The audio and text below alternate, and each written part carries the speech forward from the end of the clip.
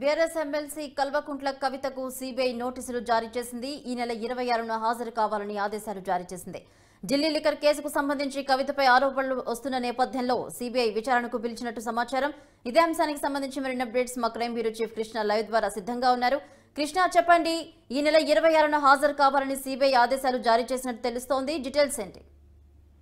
భవని, ఏదైతే ఈ liquor scam case వ్యవహారానికి సంబంధించి సిబిఐ అధికారులు నిన్న ఎమ్మెల్సీ కవితకు నోటీసులు ఇవ్వడం కూడా జరిగింది. ఈ నెల 26వ తేదీన ఢిల్లీలో ఉన్న సిబిఐ ప్రధాన కార్యాలయానికి విచారణకు హాజరు కావాలని చెప్పేసి ఆ నోటీసులో పొందుపరిచారు. అయితే ఇప్పటి వరకు ఈడీ అధికారుల వ్యవహారానికి సంబంధించి ఈ కేసు దర్యాప్తు అనేది కొనసాగుతూ ఉంది. గతంలో దాదాపు 5 రోజుల పాటు విచారణ ఎదుర్కొన్న ఈ కవిత ఆ తర్వాత దీని వ్యవహారానికి సంబంధించి సుప్రీంకోర్టులో ఒక పిటిషన్ దాఖలు చేయడం జరిగింది. ఇక మహిళా విచారణ వ్యవహారానికి సంబంధించి ఈడీ అధికారులు తీసుకోవాల్సిన జాగ్రత్తలు వ్యవహారాలు కూడా సరిగా చేయలేదని, తనకు సంబంధం లేకపోయినా కూడా కావాలని తన పేరును అందులో పొందుపరిచి తనని ఇబ్బందుల పాలు చేస్తున్నారు కాబట్టి ఈ లిక్కర్ స్కామ్ కేసు వ్యవహారం నుంచి తనని తప్పించాలి, ఈడీ చేస్తున్న ఎఫ్ఐఆర్లో తన పేరు నమోదు ఏదైతే ఉందో దాన్ని కొట్టివేయాలంటూ సుప్రీంకోర్టులో కవిత ఒక పిటిషన్ కూడా దాఖలు చేసింది. ఈ పిటిషన్ ఫిబ్రవరి 28న దీనిపైన సుప్రీంకోర్టులో వాద ప్రతివాదనలు కూడా ఉన్నాయి. అయితే ఈ కేసు వ్యవహారానికి సంబంధించి ఒక పక్కన ఢిల్లీ ముఖ్యమంత్రి ఏదైతే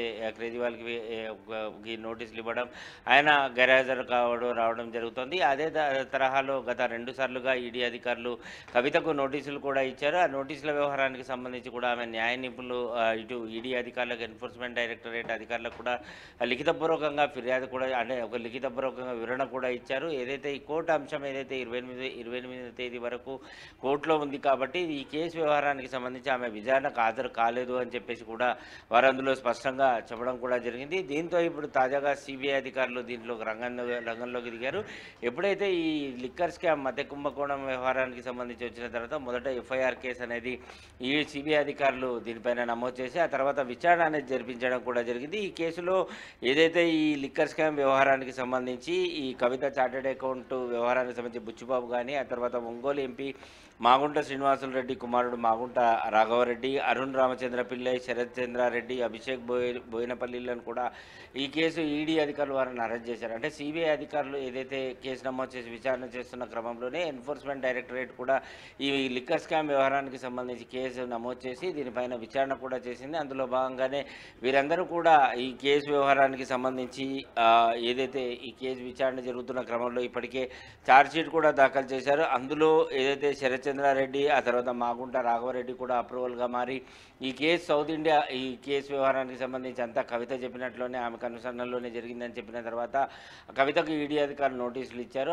దాంట్లో మొదట తనని ఇంటికే వచ్చి విచారణ చేయాలని చెప్పిన తర్వాత ఇంటికే వచ్చి విచారణ చేయడం, అప్పుడు పార్టీకి సంబంధించిన నేతలు కానీ ప్రభుత్వం మారుతున్న సమయంలో అధికారులకు దర్యాప్తు సాగకుండా ఇబ్బంది చేసిన క్రమంలో వారు ఢిల్లీకి వచ్చి ప్రధాన కార్యాలయంలో విచారణకు హాజరు కావాలన్నారు. సో ఏదేమైనప్పటికీ 5 రోజుల పాటు విచారణ చేసిన క్రమంలో అటు ఈడీ అధికారులు ఈ కేసును కోర్టులో సవాలుగా తీసుకొని వారు కూడా కవిత వ్యవహారానికి సంబంధించి తాము కూడా వాదనలు వినిపిస్తామని సిద్ధంగా ఉన్న క్రమంలోనే సిబిఐ నుంచి కవితకు పిలుపు ఇవ్వడం ఇప్పుడు మింగుడు పడని వ్యవహారంగా మారింది.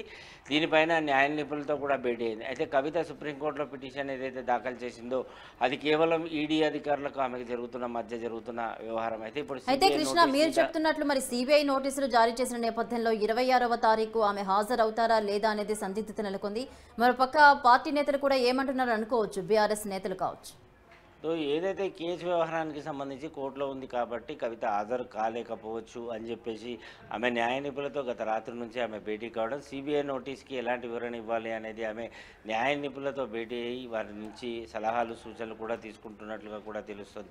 కానీ ఇక్కడ సుప్రీంకోర్టు వ్యవహారానికి సంబంధించి కేవలం ఈడీ అధికారుల ఆమె పైన దర్యాప్తు చేసి ఆమె ఏదైతే కేసులో ఆమె కూడా నిందితురాలని చెప్పేసి ఛార్జ్షీట్లో దాఖలు చేయడం, ఆమె దాదాపు 12కు పైగా ఐఫోన్లను కూడా ధ్వంసం చేసింది కేసులో ఎవరికి దొరకకుండా అనే వ్యవహారం, వీరి కోడ్ లాంగ్వేజ్ల వ్యవహారాలన్నీ కూడా ఈడీ అధికారులు బట్టబయలు చేశారు. సో ఈ క్రమంలోనే తనకు సంబంధం లేదు, అలాగే ఒక మహిళను విచారణకు పిలిచిన తర్వాత అధికారులు ప్రవర్తిస్తున్న తీరు కానీ మాట్లాడే విధానం కూడా సరిగా లేదు, తనని కావాలని కేసులో ఏదైతే ఇరికించి తనని ఇబ్బందుల పాలు చేసే ప్రయత్నం చేస్తున్నారు కాబట్టి కేసును కొట్టివేయాలి, లేదంటే విచారణ వ్యవహారానికి సంబంధించి ఏదైతే ఉందో తన ఇంట్లోనే జరగాలన్న కోణంలో ఆమె వేసిన పిటిషన్ పైన ఈ నెల 28న సుప్రీంకోర్టులో వాద ప్రతివాదనలు కూడా ఉన్నాయి. అయితే సిబిఐ అధికారుల వ్యవహారానికి సంబంధించి ఈడీ అధికారులు దర్యాప్తు చేసిన క్రమంలో సిబిఐ అధికారులు స్తబ్దుగా ఉన్నట్లుగా కూడా కనిపించింది. అయితే తాజాగా సిబిఐ అధికారులు ఆమెకు నోటీస్ ఇవ్వడం అనేది ఇప్పుడు పెద్ద చర్చనీయాంశంగా మారింది. కవిత విచారణకు అవుతారా లేదా అనేది మాత్రం ఉత్కంఠ వాతావరణం నెలకొన్నది. ఆమె ఇప్పటికే ఏదైతే న్యాయ నిపుణులతో భేటీ అయింది, దీనిపైన న్యాయ నిపుణులు చెప్పిన సలహాను సూచనలు మేరకే తాను స్పందిస్తానని కవిత కూడా స్పష్టం చేయడం జరిగింది. అయితే కృష్ణ, ఈ కేసుకు సంబంధించి కవితతో పాటు ఇంకా ఎవరికైనా నోటీసులు ఇచ్చారని అనుకోవచ్చా సిబిఐ? సో ప్రస్తుతానికి కేసు వ్యవహారానికి సంబంధించి ఏదైతే కేవలం కవితను మాత్రమే విచారణకు హాజరు కావాలని చెప్పి సిబిఐ అధికారులు ఈ నోటీసులు ఇచ్చారు. గతంలో ఏదైతే ఈ కేసు లిక్కర్ స్కామ్ వ్యవహారానికి సంబంధించి అటు సిబిఐతో పాటు ఈడీ అధికారులు కూడా దర్యాప్తు సాగిస్తున్న క్రమం ఉంది. ఈడీ అధికారుల దర్యాప్తే చాలా వేగవంతంగా జరిగింది. ఈ కేసులో దాదాపు ఏదైతే ఈ కవిత చార్టెడ్ అకౌంటెంట్గా ఉన్న బుచ్చిబాబు, అలాగే ఒంగోలు ఎంపీ మాగుంట శ్రీనివాసరెడ్డి కుమారుడు మాగుంట రాఘవరెడ్డి, అరుణ్ రామచంద్ర పిల్లై, శరత్ చంద్రారెడ్డి, అభిషేక్ బోయినపల్లిలను కూడా ఈడీ అధికారులే అరెస్ట్ చేయడం జరిగింది. ఆ తర్వాత అరెస్ట్ అయిన తర్వాత ఈ మాగుంట రాఘవరెడ్డి, శరత్ చంద్రారెడ్డి అప్రూవల్గా మారడం, ఆ తర్వాత రామచంద్ర పిల్లై తన భార్యకు అనారోగ్య కారణాల వల్ల తనకు బెయిల్ మంజూరు చేయాలని ఈ అప్రూవల్గా మారిన రామచంద్రారెడ్డి, ఆ తర్వాత శరత్ చంద్రారెడ్డి అప్రూవల్గా మారడంతో కోర్టు వారికి బెయిల్ ఇవ్వడం, ఆ తర్వాత రామచంద్ర పిల్లై భార్యకు ఆరోగ్యం బాగాలేకపోవడంతో కోర్టు అతనికి కూడా షరతులతో కూడిన బెయిల్ మంజూరు చేసింది. మిగతా వారంతా కూడా ఇంకా జైల్లోనే ఉన్నారు. సో ఈ క్రమంలోనే ఈడీ అధికారుల దర్యాప్తు ఒక పక్కన వేగవంతంగా సాగుతుండగా మరో పక్కన సిబిఐ అధికారులు కూడా ఈ కేసులో దూకుడు పెంచడం కూడా జరిగింది. ఈడీ అధికారులు ఇచ్చే నోటీసులపైన సరైన అంటే విచారణకు వీరు సహకరించకపోగా ఏవో కారణాలతోటి ఈ దర్యాప్తును తప్పించుకునే ప్రయత్నం చేస్తున్నారు. కాబట్టి సిబిఐ అధికారులు ఈ దర్యాప్తును వేగవంతం చేసినట్లుగా కూడా వార్తలు వినపడుతున్నాయి. ఇందులో భాగంగానే కవితకు 2 సార్లు కూడా ఈడీ అధికారులు నోటీసు ఇచ్చినప్పటికీ కూడా ఈ అంశం కోర్టులో ఉంది కాబట్టి తాను హాజరు కాలేని వివరించిన నేపథ్యంలో సిబిఐ అధికారులు నోటీసులు ఇచ్చారు. సో ప్రస్తుతం ఈ కేసు సుప్రీంకోర్టులో ఉంది కాబట్టి, అది ఈడీతో ఉంది కాబట్టి ఖచ్చితంగా సిబిఐ అధికారులు ఇచ్చిన నోటీసుకి కవిత విచారణకు హాజరవ్వాల్సి ఉంటుంది. మరి ఆమె న్యాయ నిపుణులు ఏ మేరకు సలహా ఇస్తారు, లేదంటే మరోసారి ఆమె కోర్టు మెట్లెక్కుతారా అనేది మాత్రం కొంత సస్పెన్స్ కొనసాగుతుంది. Right, thank you Krishna.